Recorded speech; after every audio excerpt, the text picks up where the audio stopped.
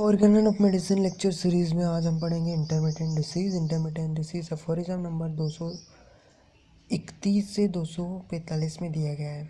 इसमें जो है definition, intermittent disease are those disease that reoccur at a certain period. एक सर्टेन पीरियड के बाद वो रीअकर होती है, वापस आ जाती है, उसको बोलते हैं इंटरमिटेंट डिसीज। दो तरीके की होती है, अल्टरनेटिंग और typical intermittent disease. Alternating disease aphorism number 231 232 और जो टिपिकल इंटरमिटेंट डिसीज़ है वो 233 से 245 में दिया गया है।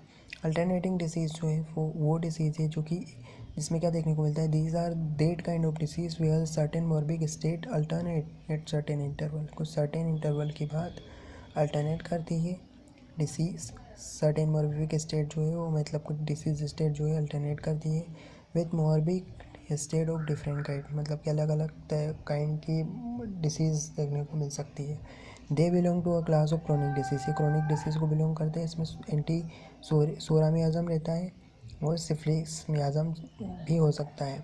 इसके अलावा यहाँ पे अब हम पढ़ेंगे डबल अल्टरनेटिंग डिसीज़। तो डबल अल्टरनेटिंग डिसीज़ जो है उसमें क्या है कि लेग पेन होता है, फिर तो ऑप्थेल्मिया डिसअपियर हो जाता है, और फिर ऑप्थेल्मिया होता है तो लेग पेन आ जाता है। तो ये डबल अल्टरनेटिंग डिसीज़।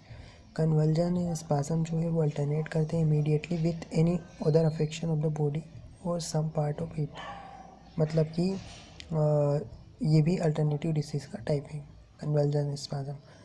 इसके अलावा यहाँ पे इसका ट्रीटमेंट की बात, अच्छा ये अल्टरनेटिंग डिसीज़ जो है वो मतलब क्या है कि ऐसी एक स्टेज अपीयर होती है तो दूसरी डिसअपियर हो जाती है। इसका डायग्राम यहाँ पे आप देख सकते हो। फर्स्ट डिसीज़ अपीयर हो रही है तो सेकेंड डिसीज़ डिसअपियर हो रही है। ट्रीटमेंट की बात करें तो एंटीसोरिक ट्रीटमेंट देंगे सोरा को, अगर बैकग्राउंड में तो सोरा को, और सोरा सिफिलिस के साथ है तो सोरिक सिफिलिटिक ट्रीटमेंट। इसके लिए यहाँ पे क्रोनिक डिसीज़ के अकॉर्डिंग ट्रीटमेंट देंगे।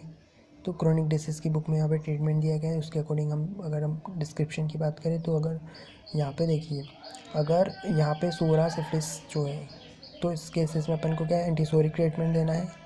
सोरिक सिम्टम अगर प्रीडोमिनेट कर रहे हैं तो फिर उसके बाद एंटीसोरिक एंटीसिफिलिटिक में से वो देना है जो जिसके सिम्टम प्रोमिनेंट है, मतलब कि प्रोमिनेंट सिम्टम अगर एंटीसोरा के हैं तो एंटीसोरिक और सिफिलिस के हैं तो सिफिलिटिक।